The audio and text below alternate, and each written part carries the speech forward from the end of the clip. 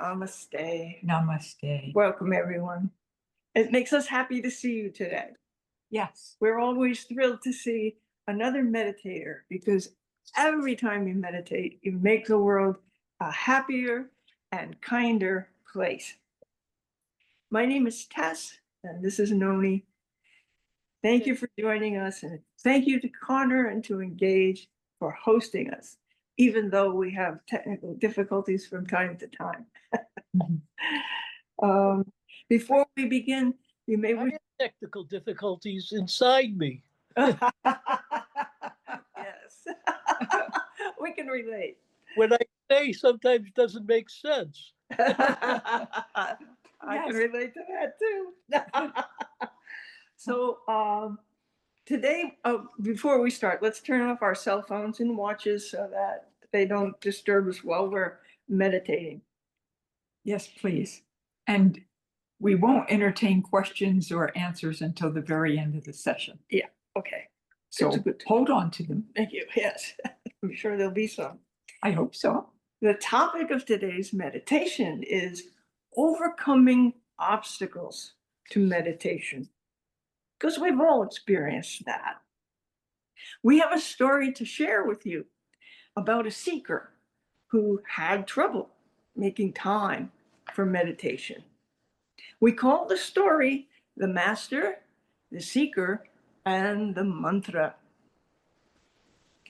Once upon a time, in ancient India, the land of yoga, in the state of Maharashtra, the home of the poet saints, there lived an enlightened master who they called Maharaja. And many seekers traveled from all over India to attend Maharaja's ashram, to be in his presence, to hear his teachings, and to gain his blessings and initiation into yoga. They did so in hopes that they too would become enlightened and free from suffering. One day, a young man by the name of Ram came to the ashram of Maharaja, and he bowed at Maharaja's feet, and Ram begged the master, please, give me your initiation mantra. Please be merciful. And indeed, surprisingly, Maharaja was immediately merciful and granted Ram this boon. He said, silently repeat the mantra Hamsa like this. Hum on the in-breath, Sa on the out-breath. Ram listened intently, bowed with gratitude, and he left. He returned home and he meditated daily using this mantra for a few weeks. However, Ram's life got busy, and then challenging, and then difficult. And suddenly he was just too busy for meditation. Ram's life then started to drift from one chaotic and dramatic event to the next, never leaving him the time that he wanted to pursue his meditation and to achieve his goal of lasting inner peace. I just get one fire put out, and here's another fire requiring all my time, all my energy. Ram was despondent. All he really wanted was calm, quiet, inner peace. Years and years passed in this way. And eventually, life became unbearably painful for Ram. He couldn't find the time to practice meditation because his life was so out of control. He encountered suffering every day, and he just longed for relief. And Ram remembered that long ago he had sought the help of a master, and that he had received a mantra, and that using that mantra and meditating brought him relief.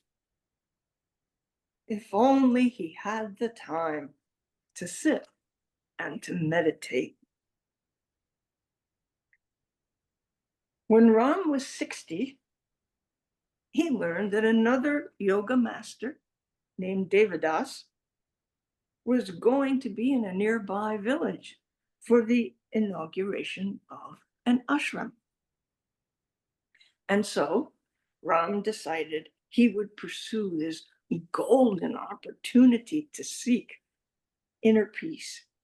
And he went to the new ashram and sought the darshan of Devadas. Darshan means to be in the company of a saint.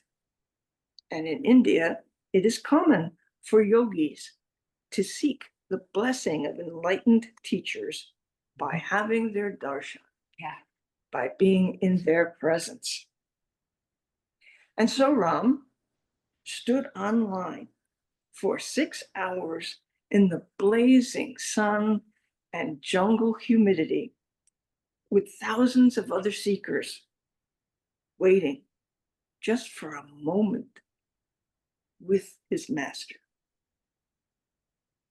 But the depth of Ram's suffering was so great, he would have stood there for a year just for the hope of getting some relief. Finally, Ram reached the front of the endless line of seekers, and he knelt before the enlightened master and asked, "Please give me your initiation mantra. I am suffering terribly and I need relief." Moved by Ram's sincerity, the master looked at Ram with kind eyes filled with compassion, and he said, "I will give you the mantra, but before I do, you must perform the yogic practice of seva, or selfless service. This seva I give you will help to open your heart, to shed your ego, and to prepare your mind for the power of the mantra. Go now and look after the ashram cows." All ashrams have cows. Where else would they get their butter, their paneer, their milk, their yogurt, and their ghee? Ram was so happy to know that he would receive the powerful mantra that would eventually set him free. And he went to the cowshed and he looked after the cows with great tenderness, making sure that they were well cared for, well fed, well groomed, and happy. As he worked, he thought of his compassionate master who had promised the gift that Ram knew would take him across his ocean of suffering. Ram's heart swelled with joy and profound peace as he worked and he contemplated and he offered his best. Day after day, as Ram performed his duties and cared for the happy cows, he became more focused and clear. He, just like the cows he tended, had a profound sense of peace, joy, and contentment. As Ram worked, his energy returned and his happiness was restored. 12 years passed in this way. And then one day, Devadas called Ram to his hut. Ram was surprised that the master would need him. He entered the hut and bowed with reverence and asked, "How can I serve you, master?" And Devadas said, today you shall receive the initiation mantra. The mantra is Hamsa.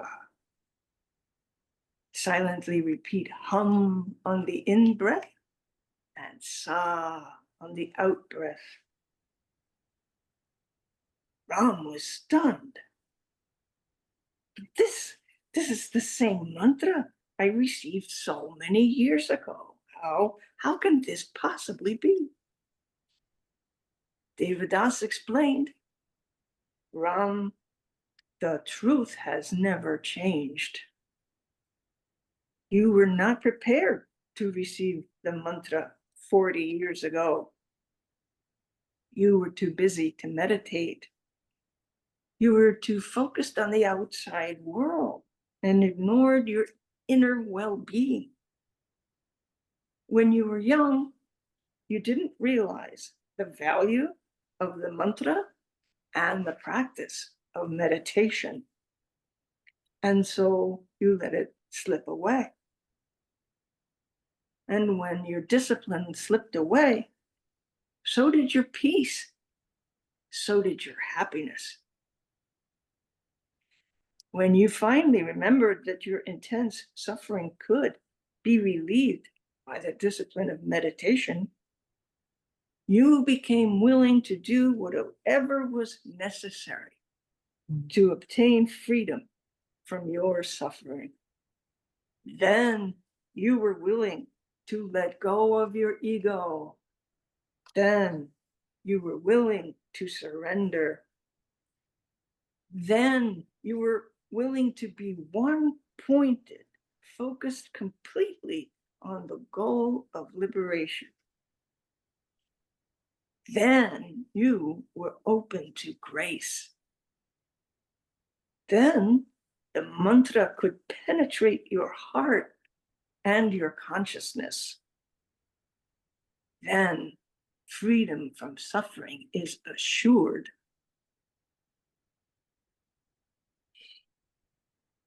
This story represents each and every one of us who has struggled to find time for meditation in a busy and demanding life. Ram is every meditator. The beauty of it is that no matter how far we stray, we can always come home to the mantra and the breath and the present moment. And now, meditation. Oh, I thought that was the meditation. Nope, more to come. So if you'd like, you can reach for the sky and just stretch up and backward. Wiggle your fingers, your hands, your legs, your feet, your toes if they're loose. And now, please take a comfortable upright meditation posture and place both your feet flat on the floor, hip width apart. Feel the grounding support of the chair and the floor beneath you. Please place your hands in Chin Mudra with your thumbs and your forefingers gently touching. And then rest both hands palms down on your thighs. Chin Mudra helps to relax and ground the mind and the body. It helps to build the energy that you generate during meditation. Gently straighten your spine upward. Tuck your chin down just a wee bit, and this will slightly elongate the back of your neck as the crown of your head gently reaches toward the ceiling. Gently broaden your chest. Relax your shoulders. This helps to open your heart chakra. Remember, do not force anything. Smile a great, big, beautiful smile. Go ahead, you can do it. Smile and relax your face muscles. Let your jaw completely relax. Allow your tongue to rest on the floor of your mouth. And now please close your eyes if you haven't done so already, and let your eyelids and your gaze become soft. Focus on your breath. Feel the breath move in through the nose, your throat, your chest, and then back out through your throat, your nose. Now taking a nice, slow, deep breath in and let it out slowly and fully. Take another deep breath in and let it out slowly. And once more, a nice deep breath in and a long breath out. And now please return to your regular rate of breathing. Scan your body for any part that feels restless or tense, and breathe peacefulness and tranquility to those tense or restless parts of your body. Take a few minutes with this.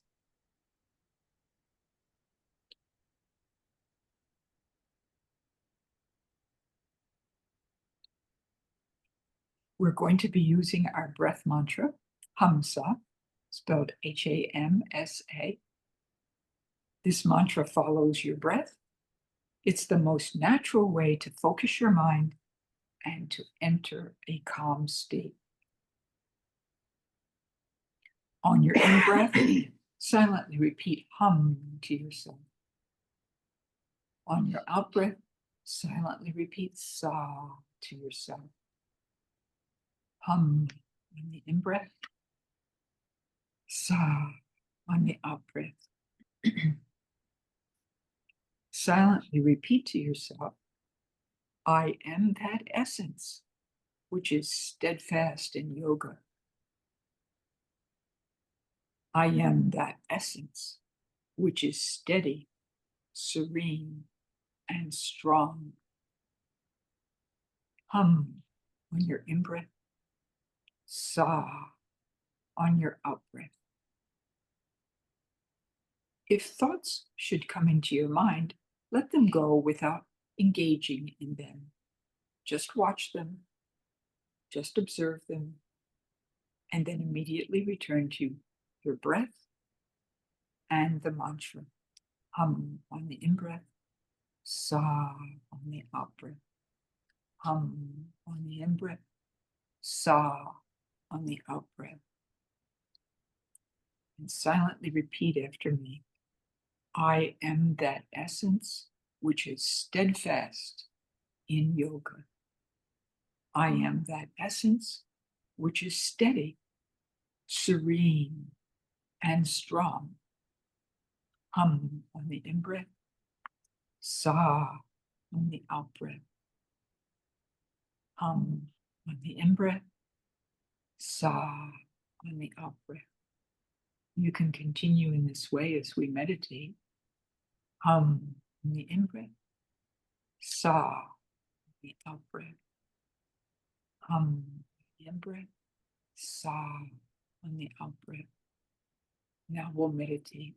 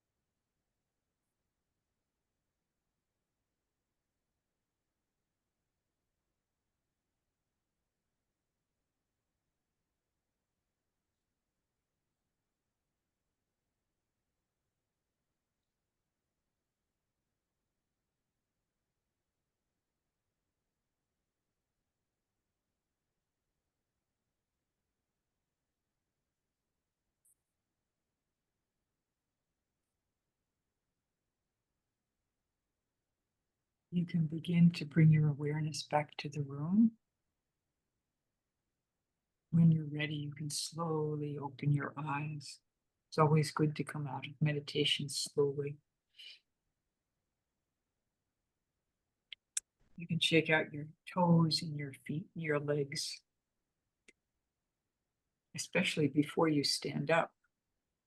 This way you'll be sure that everything's awake before you stand up, because we don't want anybody falling with us or while you're by yourself. So now it's your turn. Do you have any obstacles to meditation that you might like to share with us? Do you have any questions, any comments, any experiences? Because remember, we learn from each other's experiences and each other's questions, and please don't be bashful. So When we started meditating, I was experiencing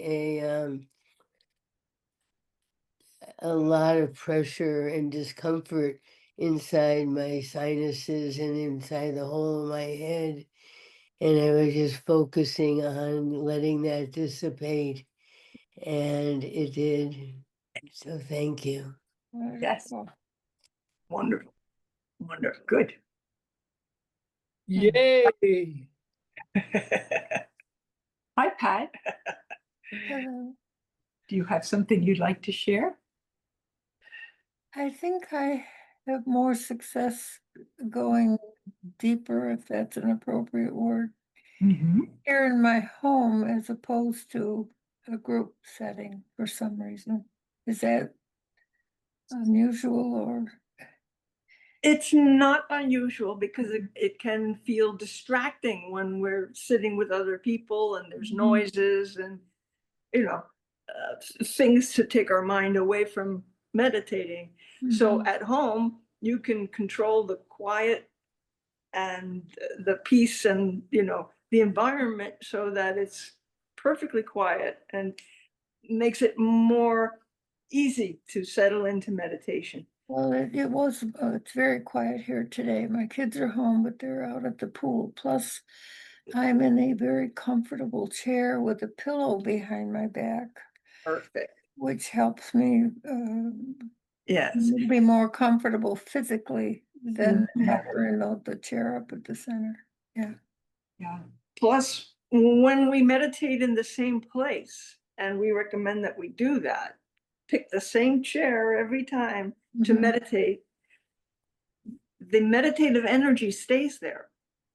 And Oh, so when you come back to that chair and you sit down and you get ready to meditate, your subtle body, your nervous system, your physical body all understands, this is the time where I go deep and I rest and I have complete relief, and it makes it much easier to meditate when you do that in the same place day after day.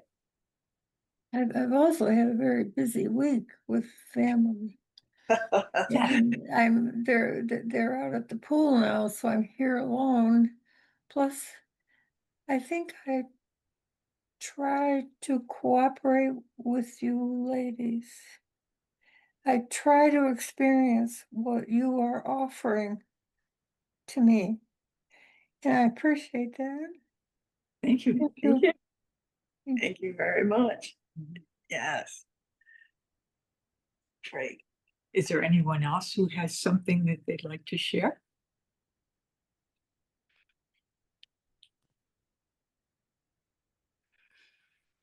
If so, you can just speak up and I, you'll hide me. after the, I got sucked into a wonderful daydream. And when I came out of it,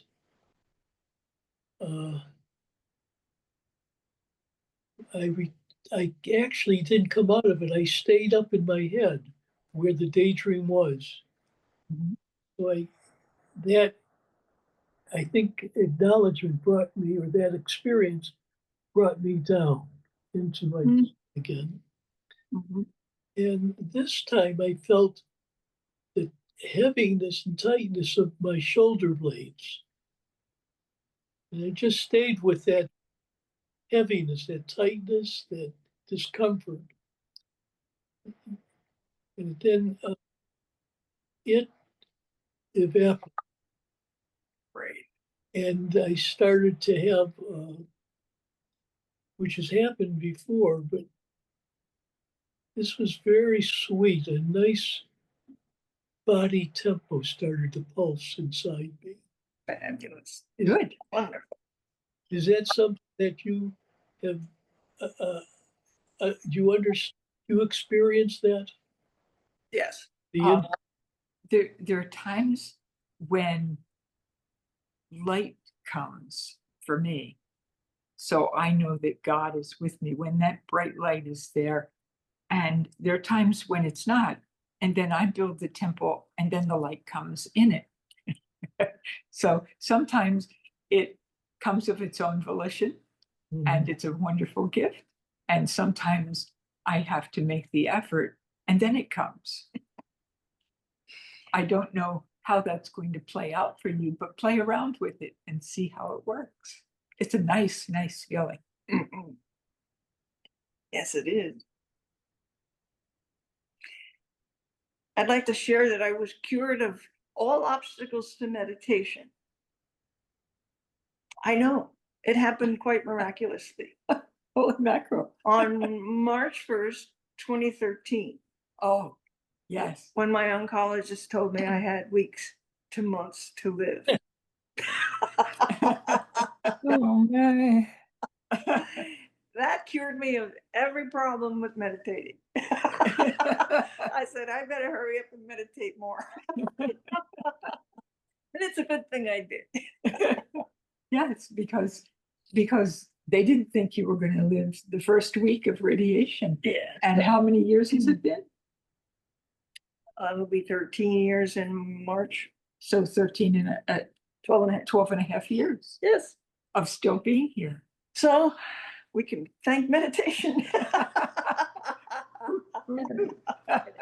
Yes, go ahead, Pat. That tells me that it's something I've also experienced is a level of gratitude. Are there different levels of gratitude? Oh, Yes, yes. indeed. We can experience new awareness of gratitude deeper and deeper and deeper over time. And the more we contemplate the things we're grateful for, the more rich that feeling of gratitude is, and the more it motivates us and inspires us and gives us energy. So, Mine right now seems to be becoming very family oriented, yes, of course. and especially with the younger members of the family who are growing Yeah. and are so perfect and are so. Yes. What And I watch my children now being parents Mhm. and growing these perfect people. Ah, It just gives me a great, great feeling of gratitude. it's got to Yes. fill the heart with a lot of gratitude. Yeah. Oh my, Yeah. And then the tears run. Yes. Well, yeah. Yes. those And that's okay too, I guess. are, Yes. those Yes. are beautiful tears, the cleansing tears of gratitude. Yeah. Well, it's almost 2:00. We should. We'll ask, is there anybody else who would like to share who hasn't had an opportunity?